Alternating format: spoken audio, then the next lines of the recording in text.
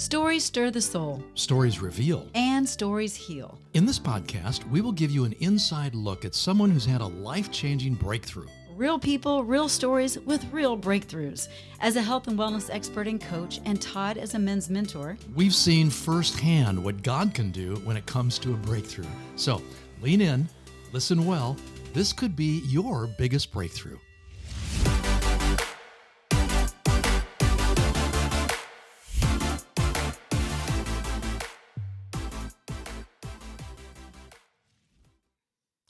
hello and welcome to this episode of Your Biggest Breakthrough. I'm Wendy Pett. Hi, Wendy Pett. I'm Todd Isberner. Don't be a dork.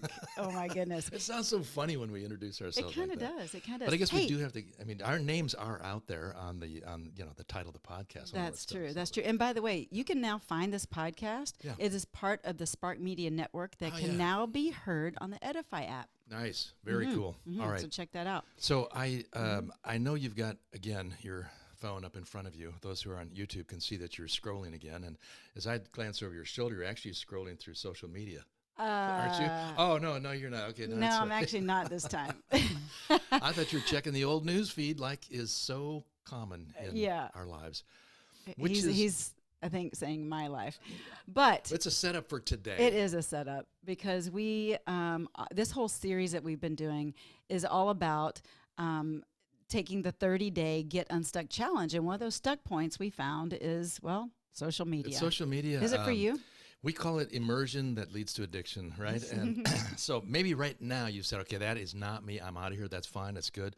But do you really know? Are you tracking your That's time? Right. Do you really know how serious of a problem might it be in your life? We're going to find that out today. Yeah. So today we have the perfect guest for our topic, and her name is Cara Gibson-Gallop, and she spent a decade in competitive global advertising agencies across New York, London, and Toronto, working with some of the most influential and profitable brands. After building Gibson Business Performance LLC in 2018 and creating time and financial freedom in full-time entrepreneurship, Cara then began to use her experience and education to help others navigate their own.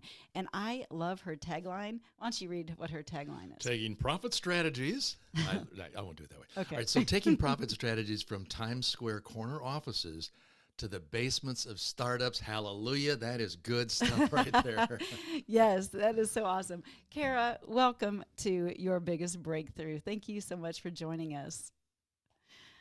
Thank you so much for having me. How are you? My tagline sounds so much better when Todd reads it. Oh, yeah, when he does it in that voice. Yeah. I need you to do a voiceover for the website, Todd. There we go. Yeah, absolutely. I'm in. Oh, Cara, you are really smart, which is really cool because it reassures businesses that work with you that you know what you're doing.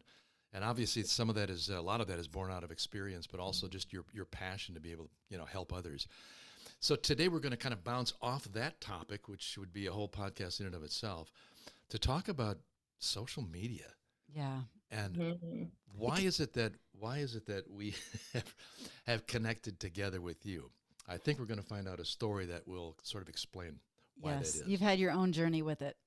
Yeah. Yes. When Wendy, when you mentioned this episode, and asked if maybe I'd be a good fit, I got that pit in my stomach, and I almost said no. No, never had that problem, right? Like, how many times do we want to admit that we had a problem with something as silly as social media? But that pit in my stomach made me think that this was a really good topic to talk on because I'm on the other side of it now. I spent a couple years on not the best side of it, definitely being immersed, which is a really nice way of putting it. What did that look like for you as far as really being immersed for you? So as you guys mentioned, my career, I spent a lot of time doing marketing and coaching my clients through marketing. And a lot of that obviously has to do with social media today. And so I just remember I remember it becoming a problem for about a year. I was living 50% in New Jersey, in Montclair, New Jersey, and 50% in Fort Lauderdale, Florida. And I was literally going back and spending 2 weeks at a time. That is a lot of time waiting at airports. And so it's not always convenient to whip out the laptop and start doing client work. And I caught myself probably spending, if I had to really think back, I think that's where it really started. I was probably spending, I don't know, maybe about 10-ish hours, 20-ish hours a month in an airport. So that's where my scrolling addiction, I would say, immersion started. Yeah. So then it would start to show up at things like when I was seeing my, family once every 2 weeks. I would kind of get caught with like hey, what do you like, put your phone away. And oh, no, like client. And I was lying, and I was like catching myself, and I put it away, and I was like, oh, okay. And yeah, sometimes it would start off by like checking on my clients' feeds and looking at some brand competition. And then, squirrel you start moments, scrolling, and you wind up looking at someone you went to high school with, and their weight loss journey. And so it started to get out of hand, but it was definitely showing up in places like driving. I was like catching myself driving and scrolling. Wow. Obviously super dangerous, and don't recommend it to anyone. I would catch myself, at dinner with my parents, with my family, my grandparents, and you weren't waste present. time. You weren't present. I was not present. And that's where I really kind of started to realize that it was an issue, but I wasn't quite ready to do anything at that point, because I still was able to justify clients, right? My own brand, my own competition. And Cara, then when you say you started to recognize that it was an issue, how did that come about? Like what were the telltale signs for you that said, this probably is an issue? Is it because of what others were saying to you, or you had to wake up? Yeah. It was one thing. I feel like it was pretty easy to like brush off my parents, even my grandparents. That was harder to brush off because love them so much. But then like when my friends who, I was trying to like toggle between my New Jersey friends and my Florida friends, when it was showing up in like really honest, like friends being like, where are you? What are you doing? Or like, just, everyone's got that one friend that will just grab your phone out of your hands and put it in their purse and like, be done with it. I think that's and you get anxiety. You're like, wait, I need that phone. I need it. Right. Biggest issue for me was the wake up, grab my phone, and Instagram was the first app I was looking at. I wasn't the Bible app. It was not the Bible app. It was not my text messages. It wasn't my conversation with my mom. It wasn't my boyfriend. It was Instagram. And that was definitely, I let it go on too long, but that was probably like personally, other than what people were saying and the hints I was getting, that was the first thing I noticed. Was for months on end, that was the first app I was opening. And that's how I was starting my day, was on Instagram. What drew you into Instagram in that way? What was the compelling sort of powerful draw that kept you coming there morning after morning? So years ago, when this started, I was actively competing in weightlifting. And so it is very normal in that community that you post your lifts. Yeah. And as you're leading up to competition, you might watch other people in your category that you will eventually be on a stage with.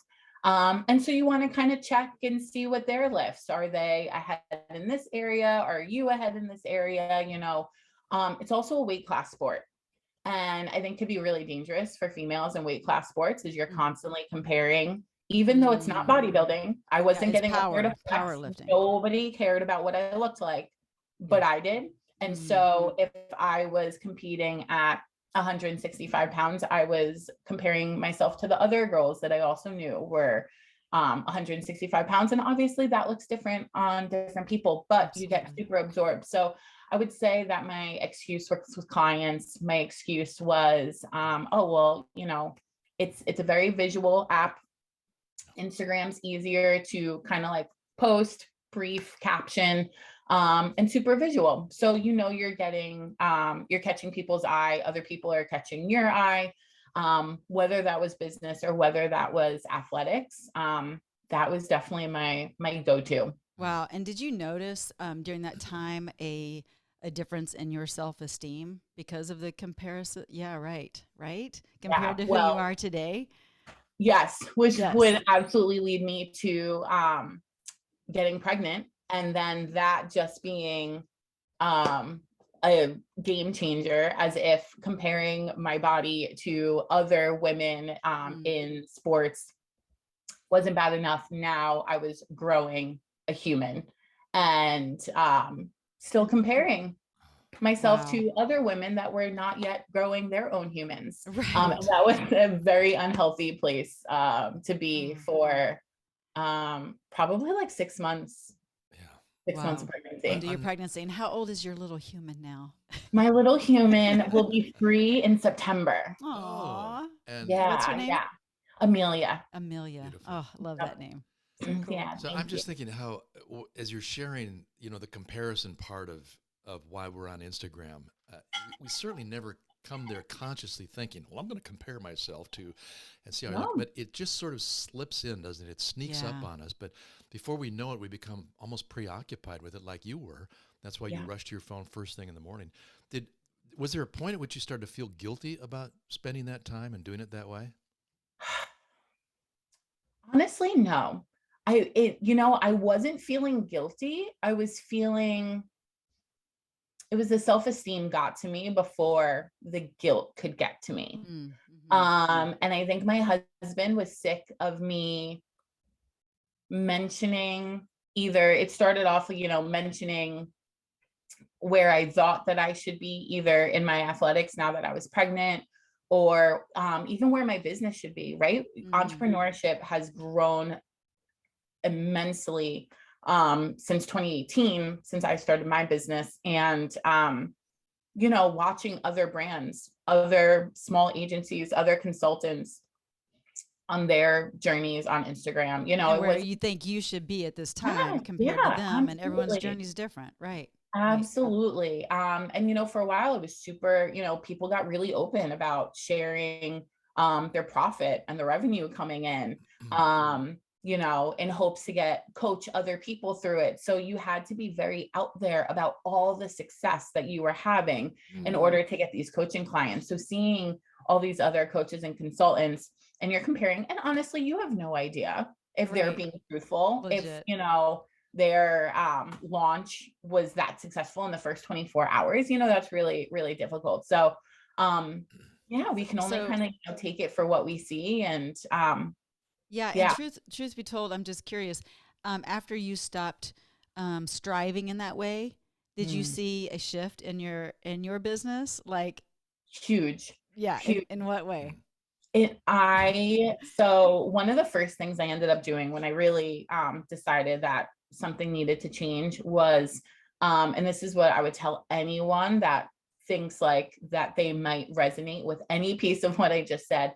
First thing, I call it purge. My husband and I both did it. And I just removed, not to be malicious in any sense, but any brand, business, person that I had felt I was comparing to, I just had to remove them from my feed. And so that was the first step. I wasn't necessarily ready yet to spend less time on the app. Sure. But one thing I was willing to do was control what and who I was seeing on a daily, hourly basis. And run your race. Exactly. So when I could stop focusing on that, new course launch somebody just had that, broke 6 figures in a day, or, all the wait lists that people had to get into their programs, right? I'm a marketer. I know that these are marketing tactics, but it was still comparison. And that was the first thing I was able to get myself to do, was like the Great Purge. My husband and I still joke about it today. Like we literally call it the Great Purge. I love it. I love it. And we sat there, the two of us sat there. It took hours. It took hours. So how did you actually implement the purge? Did you are you going through your friends or what? Yeah, I just, we started with people that we were, we really just people we were following. Yeah. And, we kept all the family, all the friends, anyone that really like filled our cup stayed. Anyone that I felt like pulled away from me or, was something I was focusing on that I didn't need to be focused on. It just got removed, and it was a lot. It took hours, and I actually think we had to do it in like sessions. I want to say we took like a full weekend. It took a full weekend for both of us to go through all the accounts that we were following. Was it emotional?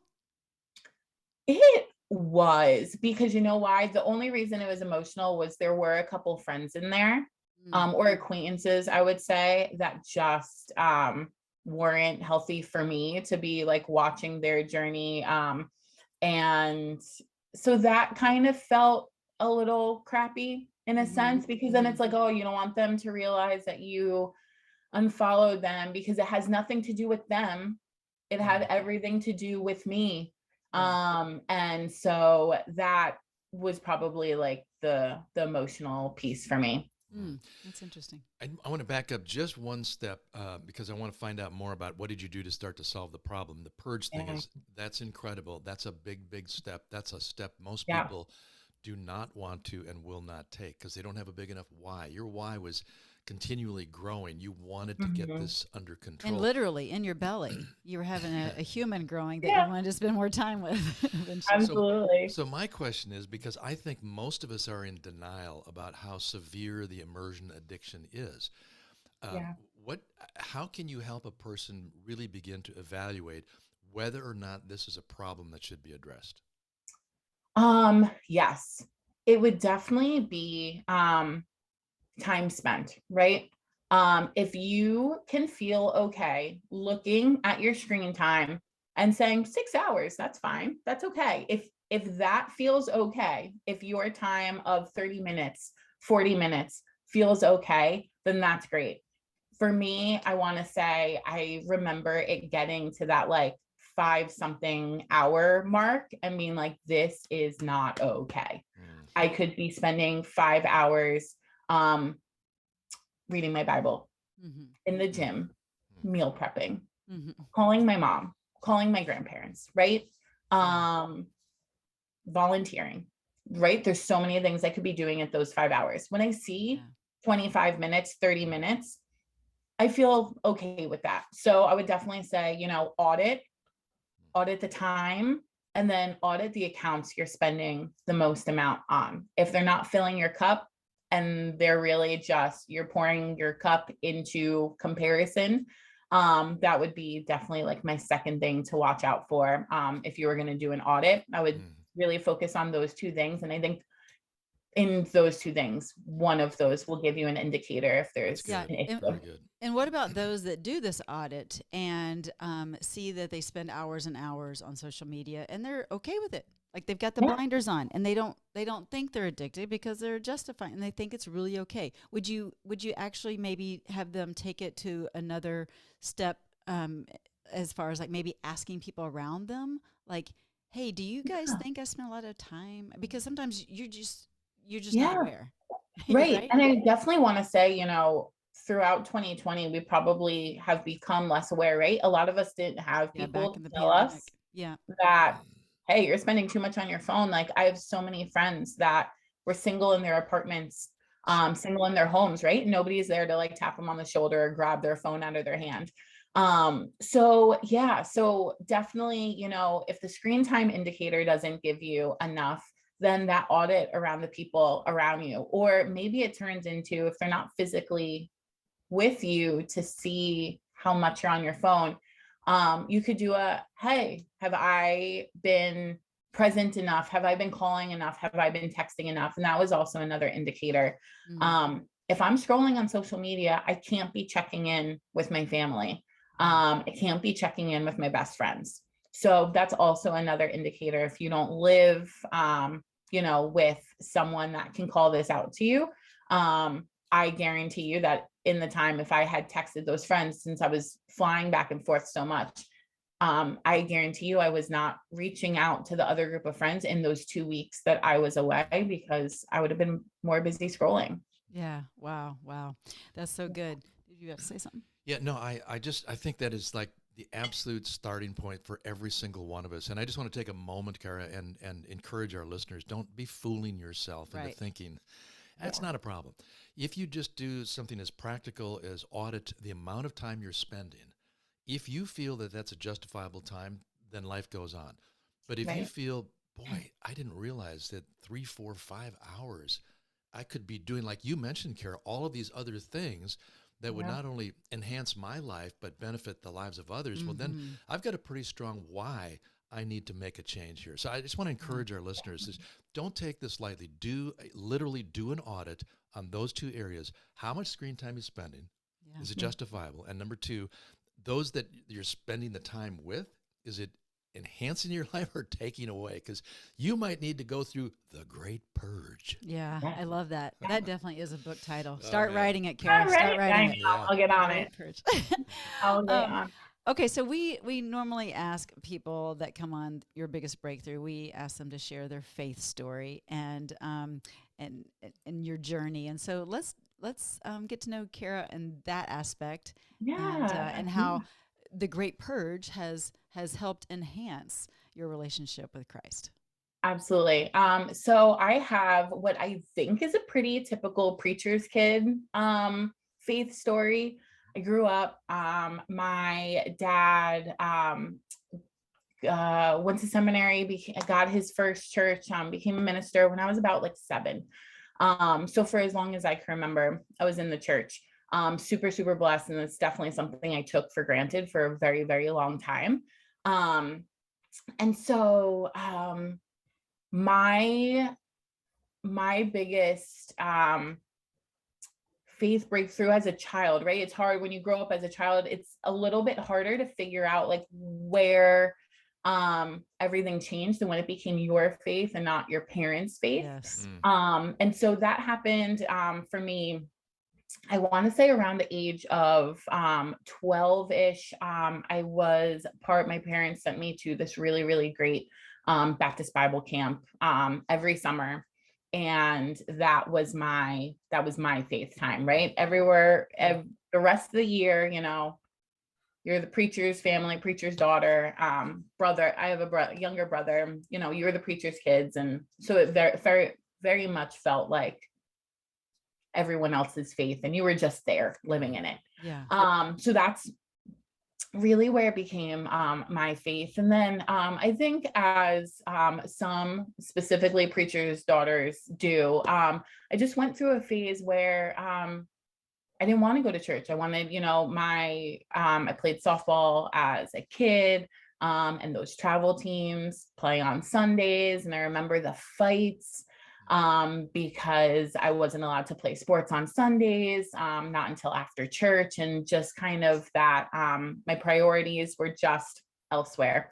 And so those were some like teenage years. And then when I got to the age that I could drive myself, that was kind of like all right, you can come to church on your own time.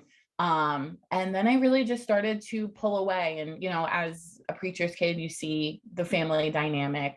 You've got this idea in your head that our pastors are perfect. So when you're living under the same roof and you're seeing, the flaws and the struggles and just humans being human, right? Yeah. Sometimes it'd be really, really tough to get grounded on Friday and then sit and watch my dad in the pulpit on Sunday. And that is super, super hard. And then you put the blinders on, you put the earmuffs on, and you're not getting anything out of it because you're just a hormonal teenager and you're just rebellious not too. hearing it. Yeah. So we went through that phase. And when I went to college, I went to a Methodist university. I told myself, faith and school was important to me. And sports became more important. And I wasn't getting to chapel and I wasn't getting together with the faith groups on campus. And so even though all my friends knew that I was a Christian, I had no issue being vocal about that. I wasn't really walking the walk. I thought it was good enough that like I never hid my faith. I was a really proud preacher's daughter, but I wasn't making it to church on Sundays. Yeah, so, you paid your dues. I mean, you were in the family. You went to church. Right. Yeah. Exactly. I was there all days of the week, That's exactly how I felt. So, right after college, when you get right into your career, and then church took a back seat. And my dad did a really great job of doing whatever he could to send me devotionals, buy me new Bibles that he thought that I would connect better with, and different devotionals and things that would kind of start to like get me excited about my faith again. And it wasn't until I met my soon to be husband that I really started to take a step back. And I was like, okay, I think I want to marry this guy, which then turned into, I'm definitely marrying this guy, turned into, we're having a baby together. And that's where I really had my like most recent like come to Jesus moment. And it's like, wait a minute. I needed to make sure that he was on the same faith path as me. And that started off with, we kind of not tested that, that's the wrong word, but wanted to make sure we were in the same place. And then started by checking out different churches.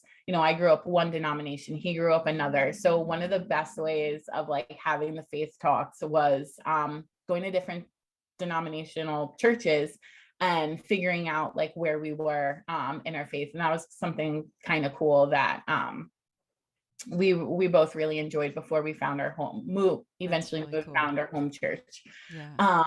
And then thinking about the baby coming, that was, I wanted her to grow up in a faith and based environment. I wanted this house to, be a place where she could just come, just be herself, and dive into her faith. And I knew I had such a, rocky journey that, I just knew it needed to be like a safe place where she could come, and go as she did. Yeah. Right.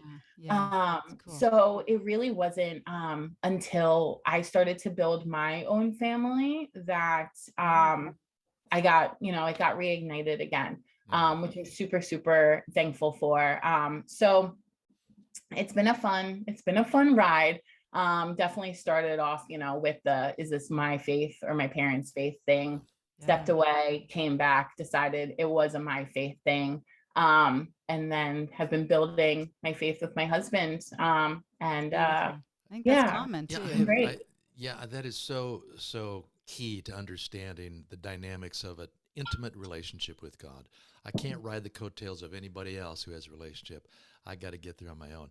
And oftentimes it takes something like what you were facing, and that is, how do we make this central in our lives? Because now things things are getting real. Yeah, there are higher stakes involved. Right. I mean, I'm going to be raising a child, and I want this child to know Jesus, and I want my husband and I to focus on our faith. So I think that's incredible. And I just want to kind of transition back over to the social media component, because there are people who will justify spending a lot of time in social media for spiritual and devotional reasons. Meaning, I was scrolling through, and there's this, this page that does, scriptures and blah, blah, blah, blah, blah. Yep. And that's not bad. No, it's not bad, but it can be, again, just, too much of a waste of time. And you're, again, dependent upon somebody else to get you there instead of yourself. Or it could lead you in a different direction on social media. Yeah, absolutely. So did you find that was going on in your life as well? Did you find that it was keeping you actually from reading God's word or being fully 100%. Present with God? Yeah. 100%.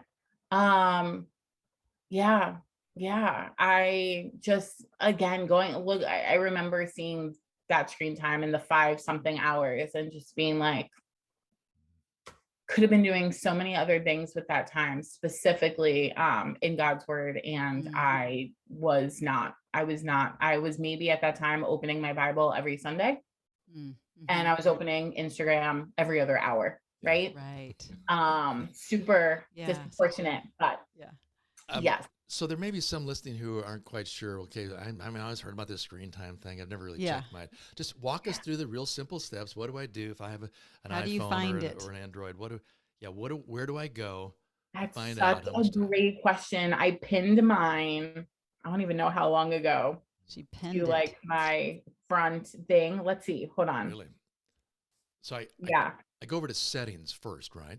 Yeah. So if you want to go as easy as possible, Yeah. if you're on an iPhone and you pull down, you just kind of take yours and pull down. You've got that search bar right at the top. You can literally just type in screen time and it will take you to that setting. There you go. And so you can hit turn on screen time if you don't already have it. And then you would just kind of hit like, this is my phone. You could also set this if you do have children. You can set this on their phones. And so you can hit this is my child's phone. And I think you could potentially get a notification if they've hit a certain amount of hours in a given period of time. And so that is how I wish I could tell you on Android. I want to say it's probably just as easy as getting to your search bar. Yeah. I hope so. Yeah. I mean, we drank the apple water too. And I just went to my screen time and what's yours? Now I do my email from here. Okay, here's my excuse. I do everything from my phone. But your screen time will break up what is social media and what's email. Ooh, let's go there. Oh, how do you do that? Oh, here it is. See all activity. Yeah. Okay. All right then. Yeah. We're going to evaluate that carefully. So this is what Cara was talking about. This is the starting point, friend. You start with an audit, and it's as simple as just looking at the numbers because they don't lie, right? Right. So that way you can't fool yourself into thinking, well, I don't spend that much time. Well, let's find out for certain how much time you're actually spending. I'm going to tell you really quickly because I'm just going to get busted right now. Come on. 4 hours, 13 minutes daily average. But it says 5 hours, 56 minutes a week on just my text messages. Yeah. So, I mean, anyway, it breaks it down like that, right? Yeah. Instagram's 3 hours, 50 minutes a week. Yeah. So that was my Facebook, 2 hours a week. YouTube, 2 hours. So see, it's not. Oh, yeah. No, you add all that up and divide it by 7. Anyway. For your daily average. Yeah, right. Then divide it by the hours that you're awake. Yeah. And then ask yourself, could I be spending this time in better ways? Absolutely. And so, Cara, thank you for convicting me a little bit more here and helping me break this down, but helping those that are listening really get a handle on it. It's kind of like with our finances. You know, with our last podcast, we had Riley Meek on and we were talking about finances. Well, you don't know where you're headed unless you know where what you've got going on, right? Got to do an inventory audit. Yeah. Okay. So Cara, I'm at the point now where I'm thinking, okay, so maybe this is a problem. What do I do about it? Give me some practical help, because what if I start to feel a little lost or a little depressed because I don't have my social media fix? And did you feel that way? Social, oh my gosh, yes. And it's so true. Like they're like little bursts of dopamine. It started off, text messaging, right? Before we had all these social media apps, all the data, all the, psychological research was telling us getting a text message was this like rush of dopamine. And now our likes, right? The comments coming through, the DMs, like, are just all these. So when you don't have that anymore, like it can feel like you're going through a bout of depression. But I did have 4 steps that helped me kind of conquer. Of course, number 1 was the Great Purge. Even if it's not an issue, even if your screen time is super, super limited, I suggest anyone just kind of go through. And the way I did it was like, does this fill my cup or empty my cup? Right? It's black and white. Just go through. There's no if it even remotely drains you, remove it. Right? Yes. And that could be a brand. That could be, and this is a marketer speaking, this could be a brand that maybe photoshops their models. This could be a brand that only shows, I don't know, people that don't look like you. So this doesn't have to be like a personal level of you comparing yourself to like another human. Like this could just be a brand that just doesn't align with your goals, your values.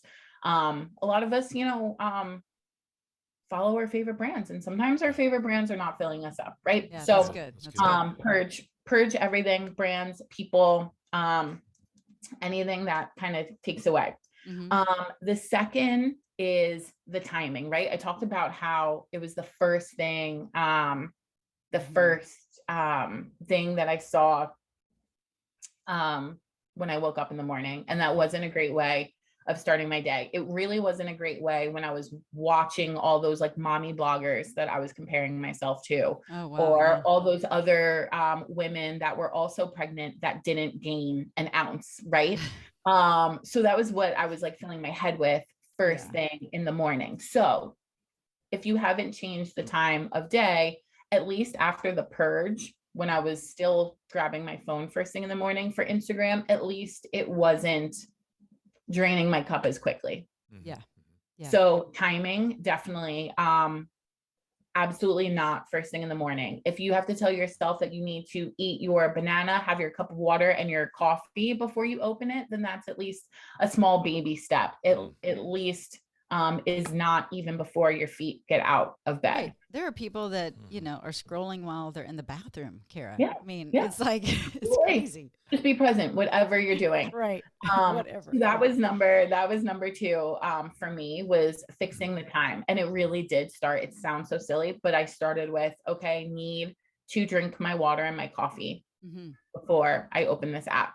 Yeah. And then it turned into, okay, well, at least need to get through my emails before I open the app. And before I knew it, it got easier and easier to push it towards the end of the day. In which case I had done all these things that, like, you know, filled my cup. And so it was hard to take away from my cup, you know, that late in the day, because I was already like overflowing. Right. But when you start with an empty cup, that is so much harder to like refill when you're just feeling so drained. And real quick, you know, what you're saying also coincides with episode 68 with Al Hammond about work-life balance, really. Oh, so, yes. So it's so cool that this is all connected. So, okay, Absolutely. What's number three? So then number three was making additions. So I was not following any of my favorite devotionals, any of my favorite preachers. I kind of thought that that was left for YouTube, even though, you know, I said like my real addiction was Instagram. So I started to replace. I had done the Great Purge, and then I also wanted to get little bits and pieces of sermons, scripture that weren't in my feed prior to that. So making small additions, things that do fill your cup, is something not everyone has even thought about doing. We get so wrapped up in people, our friends and family, that we don't think about the other, you know, businesses, people of the world, right, that could help fill our cup. So small additions were one thing. And then finally, probably the most like you've hit level 4, like champion status, was I would schedule my social media checking in time on my calendar. Not only would I put it on my calendar for 15 to 30 minute intervals a couple times a day, I would change the color. I color code my calendar. I'm one of those. And I would make it its own separate color. So even as, you know, I was scrolling, if I did get distracted from scrolling by, you know, my laptop or my calendar, you know, it was really easy to see like, okay, I'm halfway through, I'm getting close. Like sometimes, as silly as it sounds, you almost have to like mentally get prepared to put the app away. Right. So that kind of helped me do that.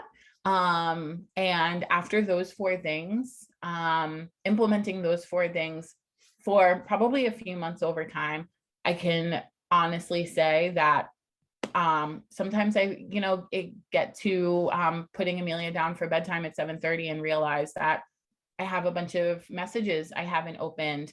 And I can attest to that, because I sent you a couple messages and you didn't get to them. And I'm like, oh, hey, Cara. That's perfect. It's so, So congratulations. It took a long time to get there, but it's totally doable.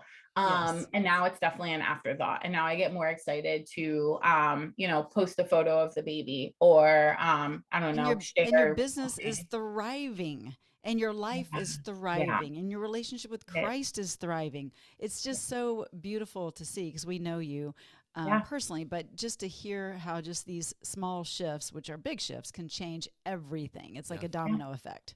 It is. Talk about a breakthrough that leads to places of freedom and productivity and fulfillment. I think that's awesome. I love the schedule part too, because I think you know, it's undeniable that if you will schedule it, you begin to believe, okay, I've only got these 2 or 3 times during the day. I've got 15 minutes during each time. Well, then it's obviously, in my opinion at least, it's going to be easier to be very intentional and focused if I've only got that 15 minutes. Because you know what it's like for most people, where I'm checking text, then I'm scrolling, then I'm back to an email, then I'm scrolling, and it's this whole hodgepodge. Yeah. But this could be a real, gift to you to stay very intentional and focused. You get to do your screen time social media stuff in a very efficient and productive manner if you'll schedule it. So, man, congrats. Congratulations. To you, thank you. That's a great suggestion. Yeah. Get it on the schedule. Yeah. And if listeners listen to Al's episode, I can guarantee you that he would tell you not Q4. That's right. Family time, right? That's right. That is not the time. That is not the time. So I have a little bit in my Q1, my me time, and then I've got a little bit that either sits in Q2 or Q3 when I'm working on the business, but not Q4. That's so good. Oh my gosh, Cara, you are a plethora of information. Thank you for being an overcomer and breaking through in this situation so that, you can bless the listeners and bless us. And I think of that show, Social Dilemma. And if someone listening hasn't watched that, that would be a documentary that would be like hitting it, bringing it home. Like, yep, this is really what's going on. So thank you so very much. And those of you that are listening, this is part of the 30-day Get Unstuck Challenge. So I hope you are joining us, and let's stay accountable there. Absolutely. And if you want to find out more about Cara and what she does, because she has incredible value for your business, and if you want to plug in, we'll put that in the show notes. You can get a hold of her. Yes, it's gibsonbusinessperformance.info, but we will put it in the show notes as well. So bless you, Cara. We adore you. Thank you. Appreciate your time. Thank you for having me. All right. Thanks so much for tuning in, y'all, to Your Biggest Breakthrough, and we'll catch you next week.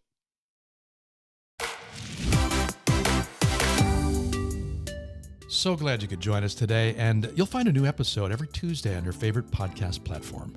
And if you've been encouraged by listening or viewing, would you just take a moment and give us a 5-star rating and a quick review? That'd be so awesome. Yeah, and also please share this with your friends and loved ones. If you have comments or questions, or if you're looking for an advertising opportunity, please get in touch with us at yourbiggestbreakthrough.com. Or if you'd like to optimize your health and wellness, you can work directly with Wendy. Go to wendypet.com. Or if you're a guy and you're interested in mentoring and coaching, go to toddisberner.com.